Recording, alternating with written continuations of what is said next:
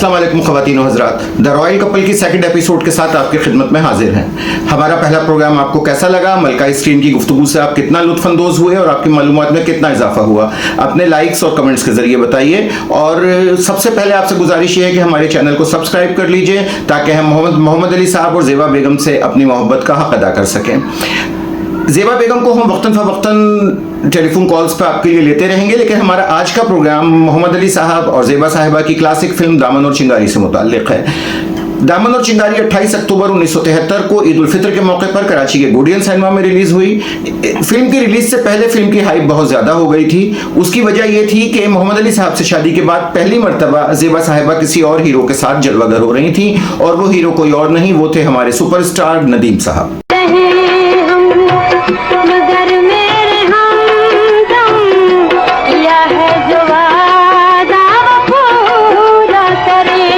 नदीम साहब और ज़ेबा साहिबा पहली मर्तबा स्क्रीन पर बतौर हीरो हीरोइन आ रहे थे। टेलीविजन पर फिल्म के ट्रेलर चल रहे थे, अखबारात में बड़े बड़े इश्तहार शाया हो रहे थे, और इसी तरह लोगों में इस फिल्म को देखने का तजस्सुस बढ़ता चला जा रहा था।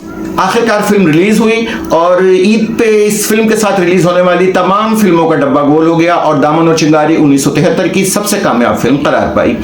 यकीनन इसकी वजह इस फिल्म का बेहतरीन म्यूजिक, शानदार अदाकारी और बेदाग डायरेक्शन थी।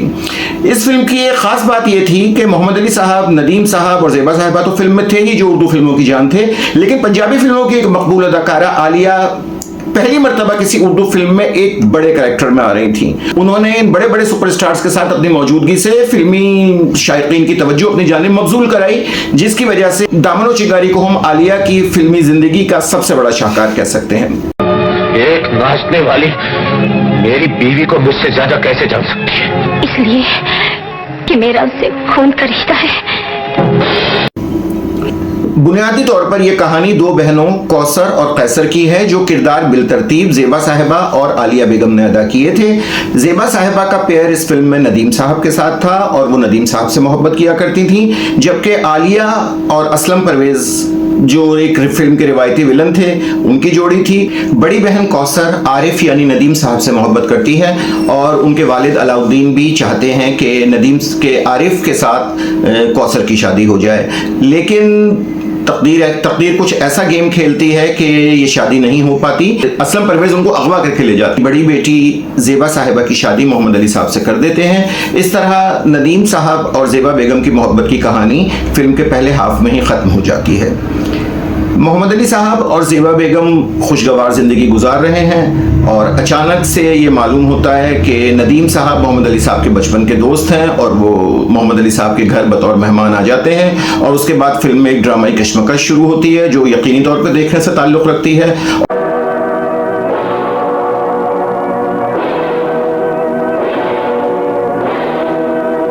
और हमारे तीनों सुपरस्टार्स मोहम्मद अली साहब, नदीम साहब और ज़ेबा साहिबा ने इन किरदारों में इतनी खूबसूरत अदाकारी की है जो सिर्फ अल्फाज में बयान नहीं की जा सकती, बल्कि सिर्फ देखने से ताल्लुक़ रखती है। मैं तुम्हें शख्स से मिलने नहीं दूंगी।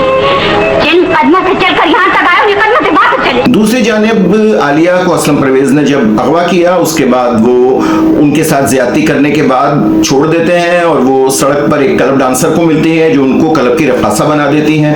अब क्लब में ही मोहम्मद अली साहब और ज़ेबा साहिबा की मुलाकात आलिया से होती है और फिर तमाम कहानी मालूम हो जाती है कि आलिया को किस तरह अगवा किया गया था, और असलम परवेज ज़ेबा साहिबा को भी ब्लैकमेल करना शुरू कर देता है कि वो तमाम वाक़यात जो है वो मोहम्मद अली साहब को बता देगा। अपने महबूब आरिफ के साथ प्यार की आंख में चोली।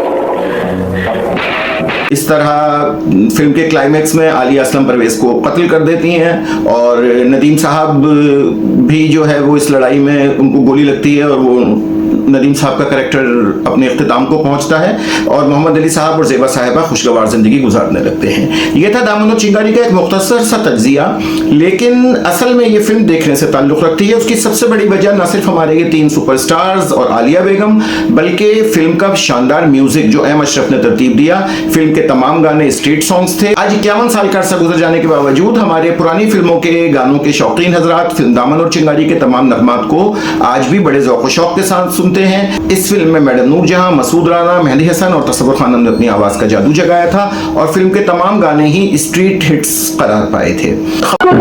है कभी, दिल जलाती है कभी, उन पे इल्जाम नहीं, शौक ये प्यार को दर्शाए बड़ी बड़ी। ख़वातीन हज़रात, उस जमाने में एक रिवाज ये था कि नॉर्म के फिल्म की आम कहानी के साथ एक कॉमेडी का ट्रैक भी चला करता था, जिसमें कॉमेडी आर्टिस्ट्स को लिया जाता था। तो इस फिल्म में वो किरदार मुनव्वर ज़रीफ साहब और ज़रक़ा बेगम अदा कर रहे हैं। गो के उस जमाने में ये सीन बहुत अच्छे लगा करते थे और लोग इन पे हंसा करते थे, लेकिन अब भी हंसते हैं, लेकिन अब वो दूसरे मायनों में हंसते हैं। असल में फिल्म में ज़रूरत नहीं थी कि इन चीज़ों को ऐड किया जाता, लेकिन क्योंकि फिल्म उस जमाने का ये ट्रेंड था कि एक कॉमेडी ट्रैक भी साथ साथ चला करता था, तो वो कॉमेडी ट्रैक मुनव्वर ज़रीफ साहब के जरिए चलाया गया। इसमें दरमियान में एक पैरोडी सॉन्ग भी है, जिसमें खासतौर पर शबाब किरानवी साहब की फिल्मों के नगमों को रीमेक किया गया, उनकी पैरोडी तैयार की गई और फिर वो कॉमेडी अंदाज में ज़रक़ा और मुनव्वर ज़रीफ पर फिल्माए गए।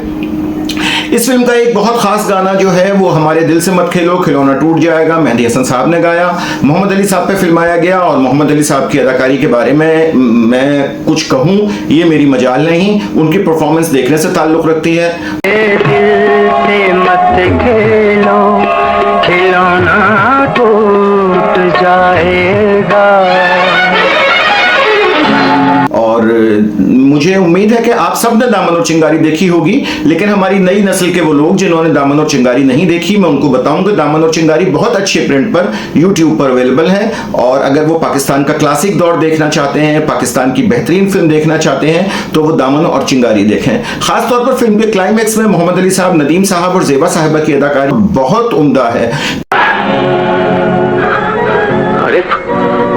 कैसे दोस्त हो, दोस्त के जख्म देखने भी नहीं आए। तीनों ने ऐसा माहौल क्रिएट कर दिया है कि फिल्म देखने वाला ये फैसला नहीं कर पाता कि वो किसको दाद दे और किसको ये कहे कि ये परफॉर्मेंस में पीछे रह गया, क्योंकि परफॉर्मेंस में पीछे रहने का तो सवाल ही पैदा नहीं होता। जब मोहम्मद अली साहब, ज़ेबा साहिबा और नदीम साहब स्क्रीन शेयर कर रहे हों, तो फिल्मी शायकीन के लिए ये कहना बहुत मुश्किल हो जाता है कि कौन किस पर बाजी ले गया। ये तीनों अदाकार पाकिस्तान की फिल्म इंडस्ट्री में चांद और सूरज की हैसियत रखते हैं। वो शोला बनकर भड़क उठी है और इन शोलों की आंच मेरे शौहर के दामन तक पहुंच गई है। इससे पहले कि ये खत जलकर राख हो जाए, चले जाओ यहाँ से। ज़ेबा बेगम को फिल्म में बेइंतहा खूबसूरत एक्सपोज किया गया है और वो वैसे ही देवमालाई हुस्न की मालिक हैं और उनको पाकिस्तान की ब्यूटी क्वीन कहा जाता है। लेकिन ख़ास तौर पर दामन और चिंगारी में अगर आप देखें तो उनको हद से ज़्यादा हसीन और खूबसूरत एक्सपोज किया गया है। और मोहम्मद अली साहब और नदीम साहब भी इस फिल्म में बेइंतहा हसीन हमें नज़र आते हैं। लेकिन लीजिए जनाब, मेरी बीवी ने कहा है कि कान पकड़ के सीधे घर ले आओ। अच्छा, बात रोबा बीवी का, यार बीवी से डर नहीं पड़ता है, तुम नहीं डरते? मैं आखिर में फिर एक मर्तबा आलिया बेगम के किरदार की तारीफ करूंगा और मैं अप्रिशिएट करूंगा आलिया बेगम को कि एक ऐसी लड़की जो आमतौर पर पंजाबी फिल्मों में काम किया करती थी और वो पंजाबी फिल्मों में हीरोइन का काम सिर्फ नाचना, गाना, उछलना, छलांगे मारना होता है, लेकिन उन्होंने इतना अच्छा ये कैरेक्टर अदा किया है मजलूम लड़की का। और अगर आप वो गाना देखें, सहेली तेरा बांकपन लुट गया, उसमें आलिया बेगम के एक्सप्रेशंस जो हैं वो काबिले दाद हैं।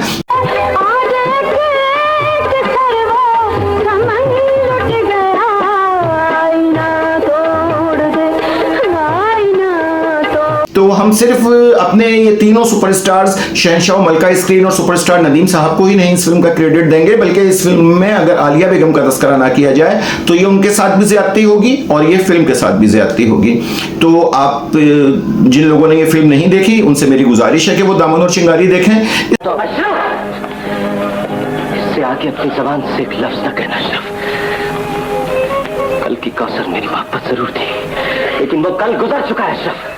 इस चैनल पर मोहम्मद अली साहब और ज़ेबा बेगम की क्लासिक फिल्मों पर तबसरे आपको अक्सर मिलते रहेंगे और साथ साथ जिस तरह गुज़िश्ता प्रोग्राम में ज़ेबा बेगम हमारे साथ थी और वो अपनी यादें शेयर कर रही थी, उन्होंने हमें बताया कि चराग चलता रहा में वो कैसे कास्ट हुई, मोहम्मद अली साहब से उनकी मुलाकात किस तरह हुई और दूसरी बातें। इंशाल्लाह अगले प्रोग्राम में ज़ेबा साहिबा हमारे साथ होंगी और चराग जलता रहा के बाद जब से देखा है तुम्हें के हवाले से गुफ्तगू फरमाएंगी। आप सबसे गुजारिश है कि हमारे चैनल को सब्सक्राइब कीजिए, लाइक कीजिए और मोहम्मद अली साहब और ज़ेबा बेगम से अपनी मोहब्बत का हक अदा कीजिए। अस्सलाम वालेकुम।